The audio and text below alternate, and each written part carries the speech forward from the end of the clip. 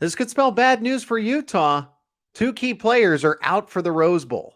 You are Locked On Nittany Lions, your daily podcast on the Penn State Nittany Lions. Part of the Locked On Podcast Network, your team every day.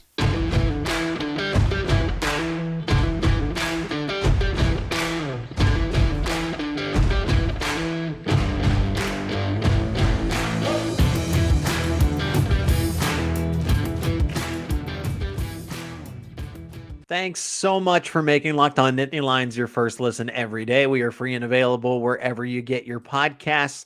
Today's episode of Locked On Nittany Lions is brought to you by Sling TV. Don't miss this week's matchup between Penn State men's basketball and Canisius on Sunday, December 18th, right here on Sling. Sling, the TV you love for the price you'll love. Try it today. My name is Zach Seyko, your host of Locked On Nittany Lions. As always, a bit of important news coming out. Not so good news for the Utah Utes. We're going to be without two key players going into the game against the Nittany Lions in the Rose Bowl on January 2nd, 2023. So, Penn State's had its opt-outs of key players. Well, most notably Joey Porter Jr., and we really knew that Parker Washington wasn't going to play, even though he intends to go into the NFL draft.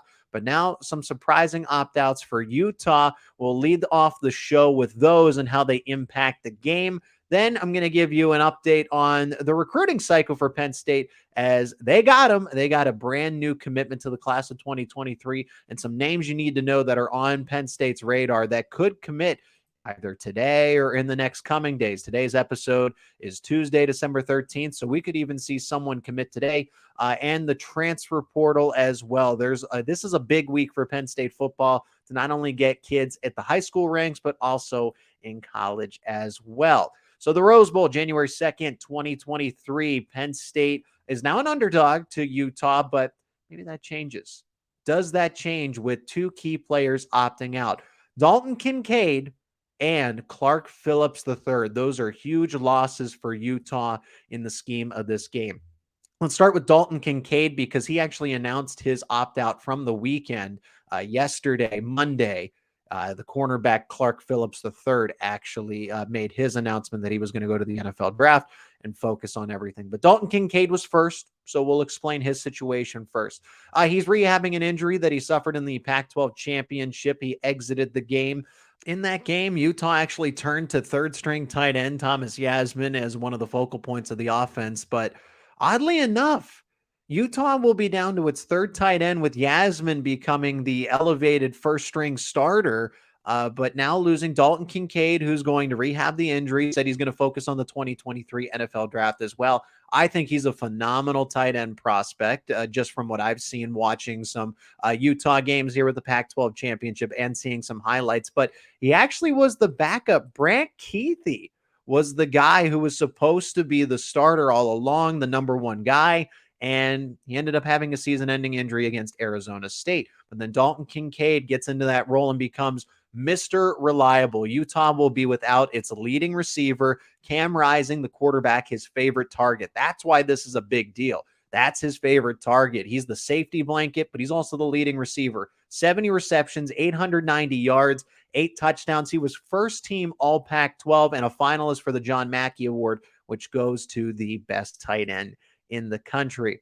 So this is a huge loss. He's not only the finesse guy because he makes all the catches. He lowers the shoulder, he fights through contact, but he's also a really good blocker. Like, this is a complete tight end, a really good NFL prospect. I think anybody that snags him on day 2 and maybe in the late second round or third round, because I think he'll impress in the combine with his athleticism. And that is going to be a huge loss for Cam Rising, who has to go maybe a little more to Yasmin, who's not as experienced, wasn't relied on in this offense as heavily, even though he did show some prowess in the Pac-12. But I think anybody could have waltzed around USC's defense. It really wasn't that hard to do. But also the wide receiver core for Utah, it's not its best asset. It's the running backs. It's Cam Rising's toughness. And at one point, with all three tight ends, the tight end room, but now Utah's losing. It's not only its number 1, but its number 2 tight end that became a surefire number 1. But as important as losing the tight end is in Dalton Kincaid, Clark Phillips III is probably irreplaceable, period, on Utah's defense. He's the number one corner. He's declaring for the 2023 NFL draft. He did that yesterday. He is a projected first-round pick and actually the highest rated recruit in Utah history. And he certainly lived up to the hype. Redshirt sophomore, consensus All-American. So what that means is that all major voting outlets, publications that put out All-America teams, he was the first team on all of them. That's the 9th time that's happened for Utah football. And I mean, it should have been because he had 6 interceptions. He had 24 tackles. So that's important to point out. It's like, oh, well, he didn't make that many plays. Yeah, because they avoided him. He made 6 interceptions already on top of being pretty much avoided in passing attacks by opponents. So I got some feedback from Utah fans saying that I was wrong about my assessment of the Utah pass defense. And don't get me wrong, Clark Phillips III really makes this an all-encompassing group. But now it's going to take a big hit here. And I basically said that they weren't that good, meaning that the pass rush is better. The run defense is really good. So if I had to pick all of the three, I would rank them third in the pass defense because collectively as the defense, the run defense and the pass rush really help out the back end with the secondary. So they do let up some yards and they're 69th in overall pass defense efficiency, which is okay, but it's not great. And when you're losing one of your most efficient defenders in Clark Phillips, that's going to be a big deal for Utah. Clark Phillips could take a whole side of the field away. Now that is gone for Utah's defense. But even with Phillips III missing out of this game in the Rose Bowl, I don't know that I like Penn State's receivers in a head-to-head matchup. Just overall, a factor in the pass rush and the secondary as well, because Utah's still got some really good defenders. I mean, take Cole Bishop and RJ Hubert as both safeties who have forced turnovers, and they're very good in the passing game. I'm just saying that in terms of all the facets of Utah's defense, probably their passing defense is not the best unit that they have. There's some much better talented players along the line of scrimmage that really do help out with that. But Clark Phillips III, big loss. Dalton Kincaid, I think an even bigger loss with what he does for this offense in terms of blocking and receiving. It's going to be interesting how Utah decides to overcome that, where they're going to distribute the football and how they intend to stifle Penn State's passing attack in the Rose Bowl. This is Locked On Nittany Lions, a Tuesday edition, and we're going to go back to the recruiting cycle before we head into the transfer portal, as Penn State's got a brand new commitment, the name you need to know, as well as some other guys that could be following behind him. And like I said, the transfer portal is very active. Penn State's putting on a lot of offers, but who are some of the guys that they've already offered that could commit, and then who they're visiting, everything in between, as James Franklin and the assistant coaches are very, very busy this week. It is Locked On Nittany Lions. We'll be right back. Today's episode is sponsored by Omaha Steaks. This is insane. Omaha Steaks has cut prices 50% site-wide to make you the gift-giving hero that you always wanted to be. Holidays are here. Achieve gifting greatness when you give the gift of perfectly aged, tender, and delicious Omaha steaks. Omaha Steaks have put together a delicious selection of various gift packages to make shopping for the ones you love nice and easy. Go to omahasteaks.com and take advantage of the 50% off site-wide, plus use promo code LOCKEDON at checkout to get an additional $40 off your order. Omaha Steaks is a gift from the heart. A gift that will be remembered with every unforgettable bite. Order with complete confidence today, knowing that you're ordering from the very best. Visit omahasteaks.com. Take advantage of that 50% off site-wide, plus use promo code LOCKEDON at checkout to get that extra $40 off your order. Minimum order may be required. Hey, welcome back to Locked On Nittany Lions, and thanks so much for making Locked On Nittany Lions your first listen today. For your second listen today, check out Locked On Sports Today. From the games that matter the most to the biggest stories in sports, go beyond the scoreboard and behind the scenes with local experts and insights only Locked On can provide. Locked On Sports Today, available on this app, YouTube, and wherever you get your podcasts. My name is Zach Seyko. I am your host. And thanks so much for the support on the YouTube channel. If you haven't already, subscribe to the YouTube channel. Appreciate you listening to the podcast version of this show. But if you do, or if you're interested, go subscribe to the YouTube channel. We're so close to 500. I've set out a goal. Let's get the Locked On Nittany Lions YouTube channel to 500 subscribers before the Rose Bowl. Still got a little bit of time, and we are so close. But thank you for all the support over there and just wherever you get this show. Thank you so much for tuning in. Let's get on to the recruiting trail for Penn State football, because as important as the present is with winning the Rose Bowl and playing a tough game against Utah, we got to talk about the future. In the class of 2023, National Signing Day is oh so close.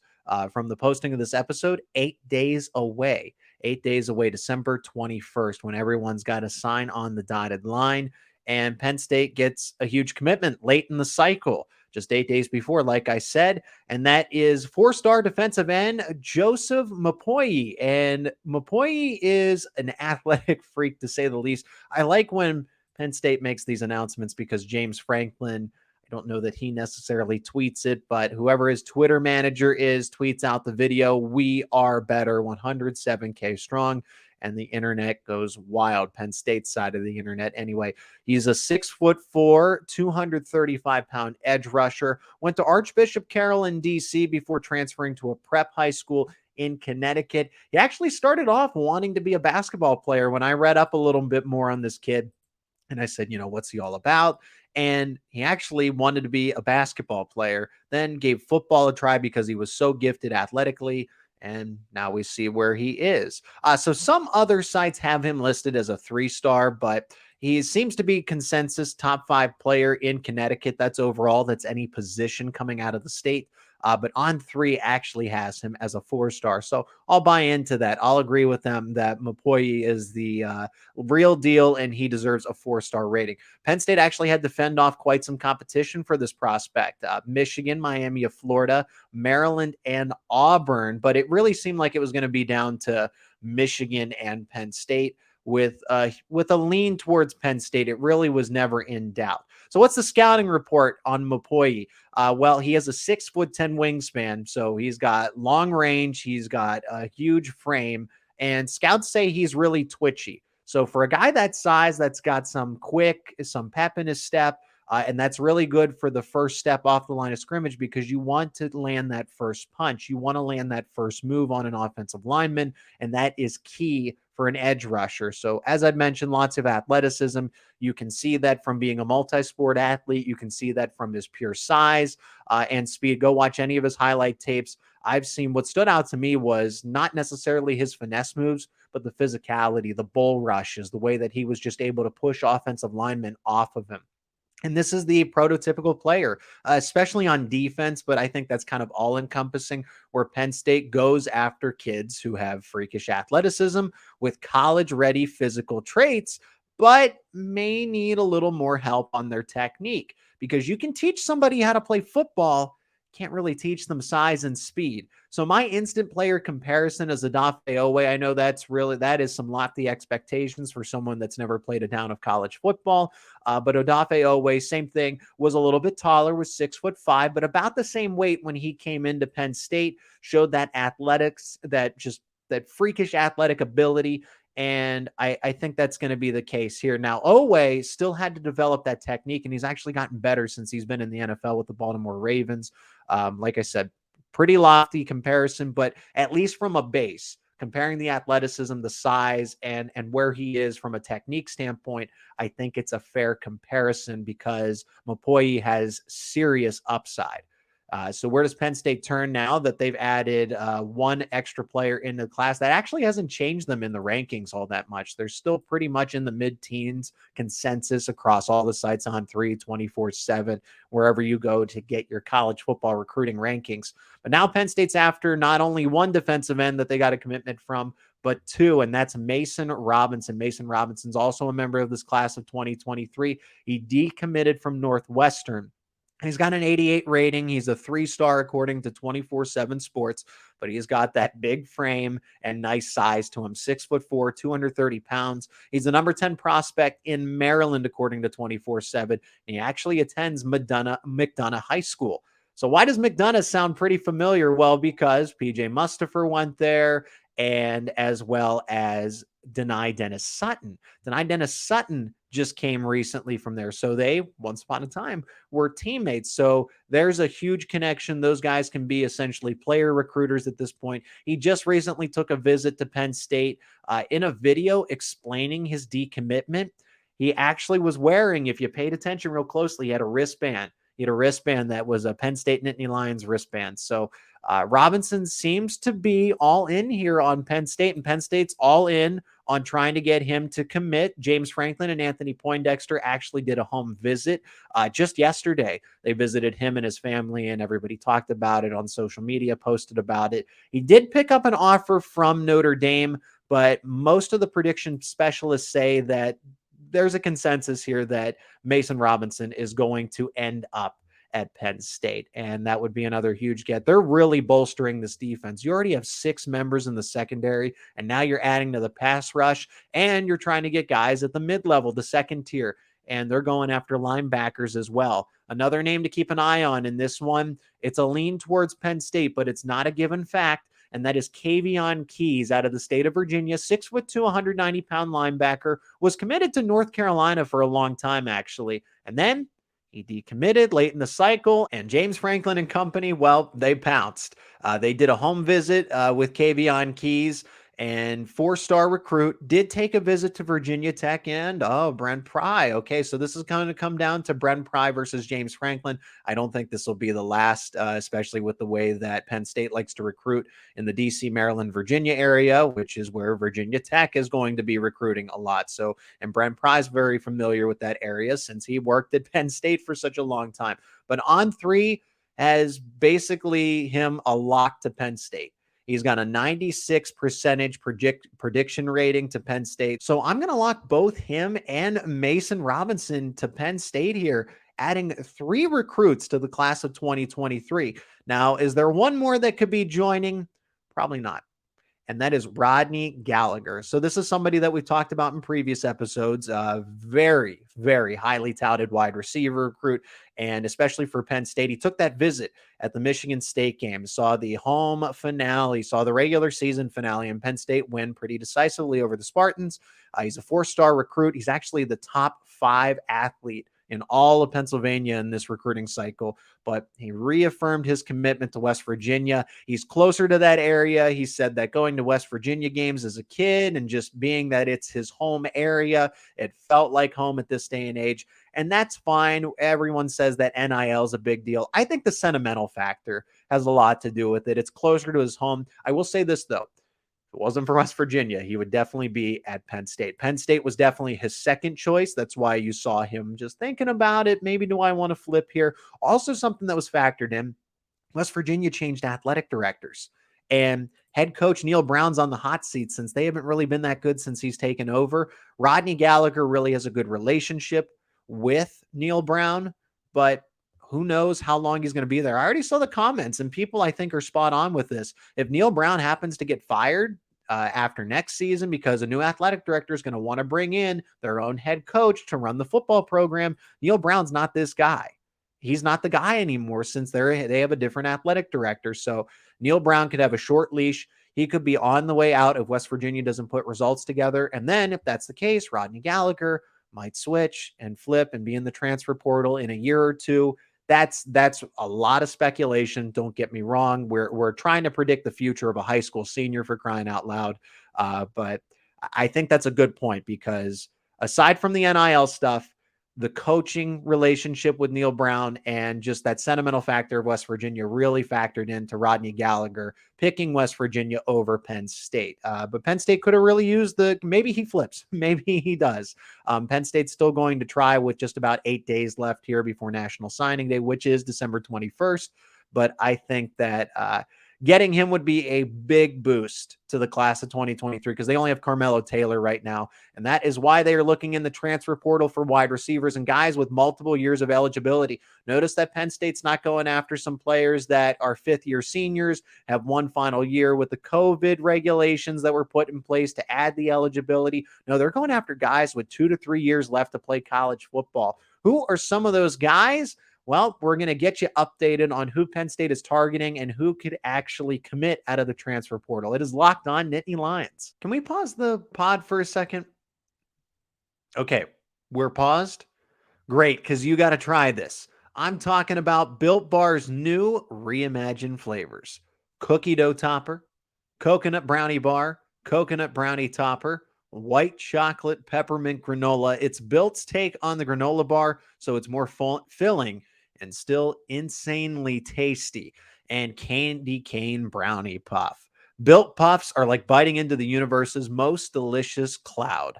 First off, for anyone who hasn't tried Built bars before, they're literally the best tasting protein bars ever built. They're revolutionizing nutrition as we know it with 100% real chocolate, 17 grams of protein, and shockingly low sugar and calories, only 130 calories. Just sink your teeth into that first bite, and it'll change your life forever. I'm not kidding. There will be a time before you tried these new Built flavors. And the magical, wonderful time afterwards, you're probably wondering which new flavor is my favorite. An unanswerable question, to say the least. They're all unbelievable, and they're also different. You can order a mix box, and you can try all 5 flavors for yourself. Built, you got to try this and get 15% off your order right now by using promo code LOCKEDON15 at Built.com. That is promo code LOCKEDON15 at Built.com. Our final segment today on Locked On Nittany Lions takes us into the transfer portal, and I think that's going to be a frequent theme here because guys are going to enter in from not only Penn State, but all across the country, and you're seeing guys make decisions not even necessarily right out of the gate. They've taken their time. Some guys have jumped in. Some guys have actually left. They pulled their decision, and they're going to stay. So this is the recruiting battle within the recruiting battle, because not only does James Franklin and any head coach have to go out and recruit new players, they got to re-recruit the players that are already there. That's just the way college football has changed. And I can go on a rant about that just in itself, but just think about that for a second, folks, is that Penn State and other programs really have to do a good job of reselling Penn State as a program to people that are already there and have already committed. It's just tough. The college football landscape has completely turned over now, but this is the nature of the beast and we got to deal with it, right?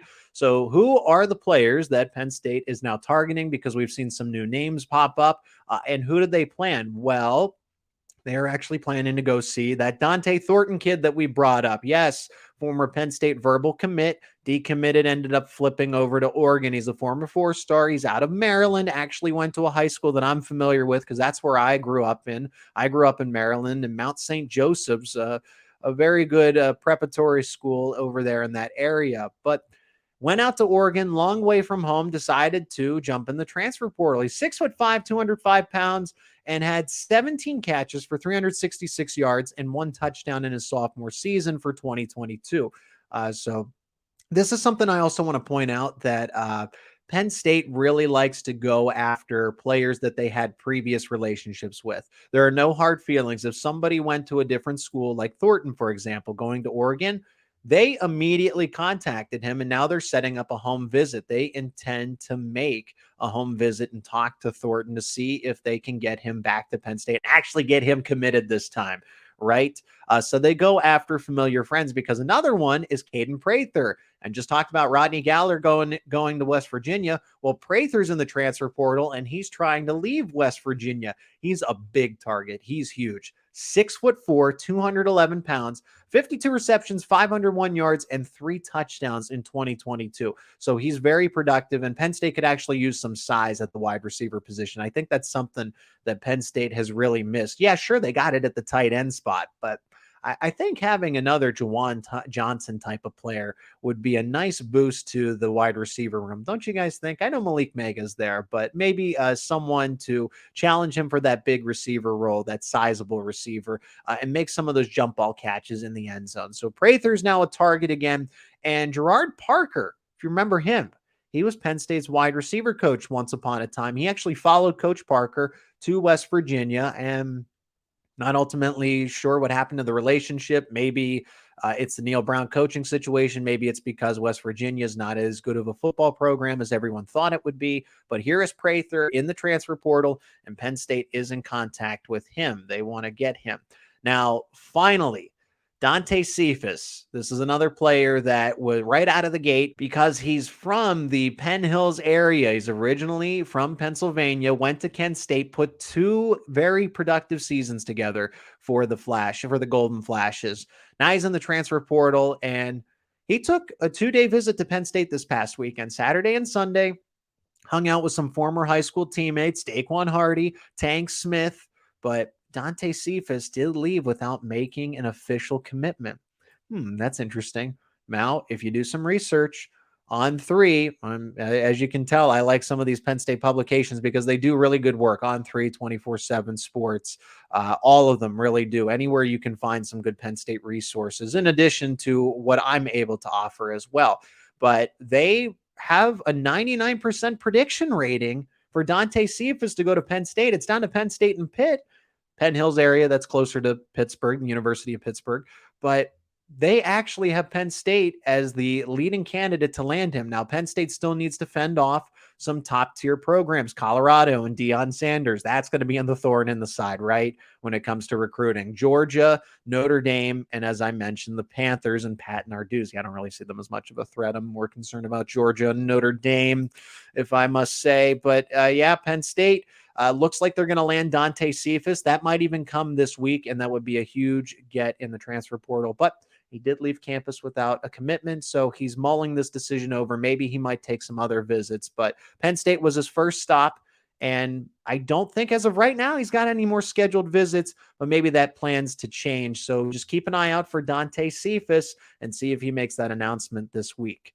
That is going to do it for this episode of Locked On Nittany Lions. Thanks so much for tuning in wherever you get your podcasts. If you are on the YouTube channel, please subscribe, hit the like button for this episode. Please share the episode. Please comment any questions that you want answered. If you want a topic or just a general question about maybe it's Utah, maybe it's about a certain Penn State player, I'm happy to answer it in any upcoming episode. But until then, I'll talk to you very soon. Thanks for making Locked On Nittany Lions your first listen today. For your second listen today, check out Locked On Sports Today. From the games that matter the most to the biggest stories in sports, go beyond the scoreboard and behind the scenes with local experts and insights only Locked On can provide. Locked On Sports Today available on this app, YouTube, and wherever you get your podcasts.